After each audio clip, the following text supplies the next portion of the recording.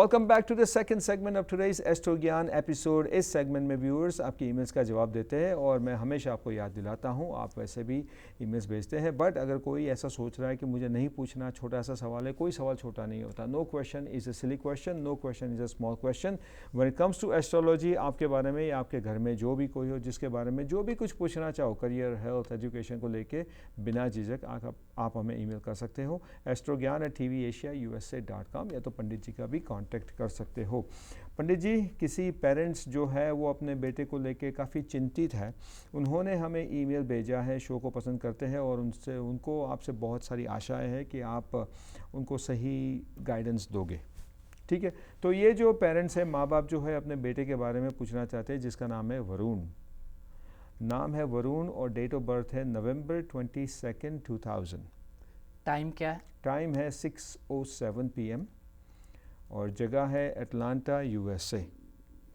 अरे क्या बात है, ये तो हाँ, हमारे गृहनगर से हैं। आपके होम स्टेट से है, बिल्कुल अटलांटा USA से है। और वो अपने बेटे वरुण के बारे में पूछना चाहते हैं। एक तो एजुकेशन के बारे में पूछना चाहते हैं, वो मैं समझता हूँ, बिकॉज हर कोई माँ बाप अपने बेटे और बेटी को लेके एजुकेशन के बारे में पूछना चाहते हैं। लेकिन इनका एक और प्रश्न भी है पंडित जी, कि ये जो उनका बेटा है वो माँ बाप की कम सुनता है, तो वो चिंतित है ज़्यादा। आजकल संजीव जी, आप देखते होंगे कि मैक्सिमम परिवारों में ये समस्याएं हो रही जी हैं। बिल्कुल बिल्कुल। हम देखते हैं कि छोटे छोटे बच्चे हाँ। वाई वाट करते हैं। मतलब माँ बाप को मैक्सिमम लोगों की घर की, क्योंकि मेरे पास तो जब हम अटलांटा में होते हैं, एक रियलिटी है, ये बहुत बड़ा वास्तविकता है। और अगर हमारी कम्युनिटी में नहीं, हर जगह पे मैंने देखा है। एवरीवेयर जी, एवरीवेयर यस। हर जगह ये समस्याएं उत्पन्न हो रही हैं। और इनकी जो कुंडली हमने बनाई है वो है वृषभ लग्न की जो है कुंडली है इनकी, और जो इनकी राशि बन रही है तुला राशि। तुला राशि इनकी है। इस समय जो इनके प्रश्न हैं, उन प्रश्नों के लिए हम जाते हैं इनकी अंतर्दशा महादशा। इस समय जो है वरुण जी की राहु की महादशा चल रही है, और राहु के अंतर्गत वर्तमान में सूर्य की अंतर्दशा है। वाह। तो सूर्य आत्मा है, और राहु के साथ जब उसका ग्रहण योग बन जाए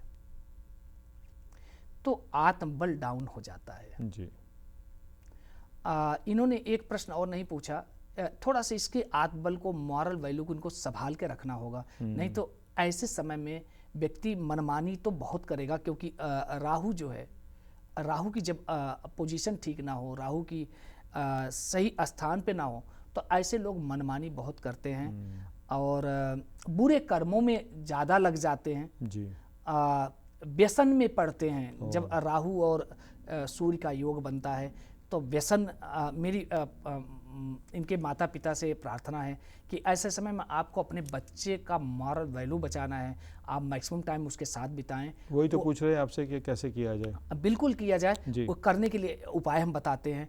एक तो जो है इसको एक मुखी रुद्राक्ष पहनाएं जी। अगर वेजिटेरियन है तो एक मुखी रुद्राक्ष धारण करें, और रूबी का इसका जितना वेट है उसके वेट के अनुसार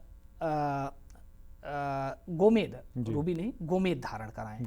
चांदी में पेंडेंट बना ले, हो सकता है वो अंगूठी ना पहने, तो कभी कभी बहुत बच्चे अंगूठी नहीं पहनते, तो गोमेद का पेंडेंट बनाकर उसके 10 kg पर एक रत्ती के हिसाब से उसे धारण कराएं। और राहु के लिए और सूर्य के लिए कुछ दान करें।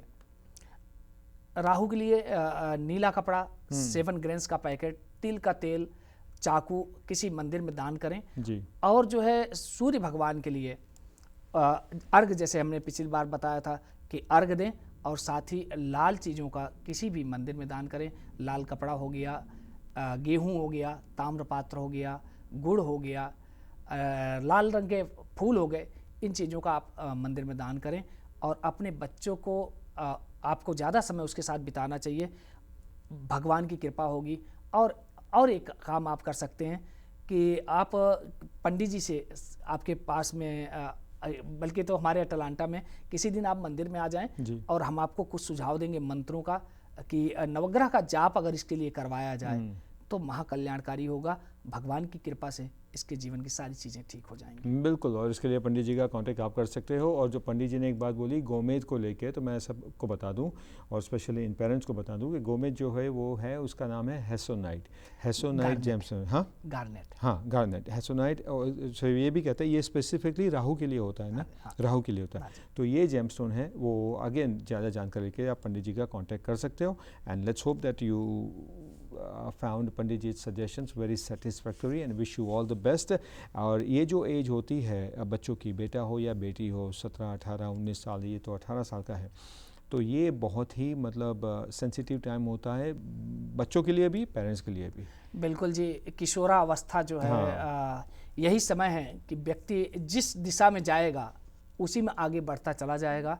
तो इस एज में माता पिता अपने बच्चों को संस्कार दें, उनको अच्छी शिक्षा दें, और संस्कार से, शिक्षा से, भक्ति से हम किन्हीं भी परिस्थितियों को बदल सकते हैं और भगवान कृपा होगी तो इनको जरूर शांति की प्राप्ति। चलिए, बहुत ही अच्छी बात है। इसी के साथ ये सेगमेंट यहाँ पे समाप्त होता है।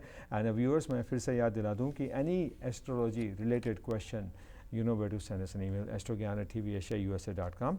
और पंडित जी का फ़ोन नंबर तो है ही, सबसे आसान तरीका, डायरेक्टली उनको कॉल कर सकते हो। We'll be right back after this messages।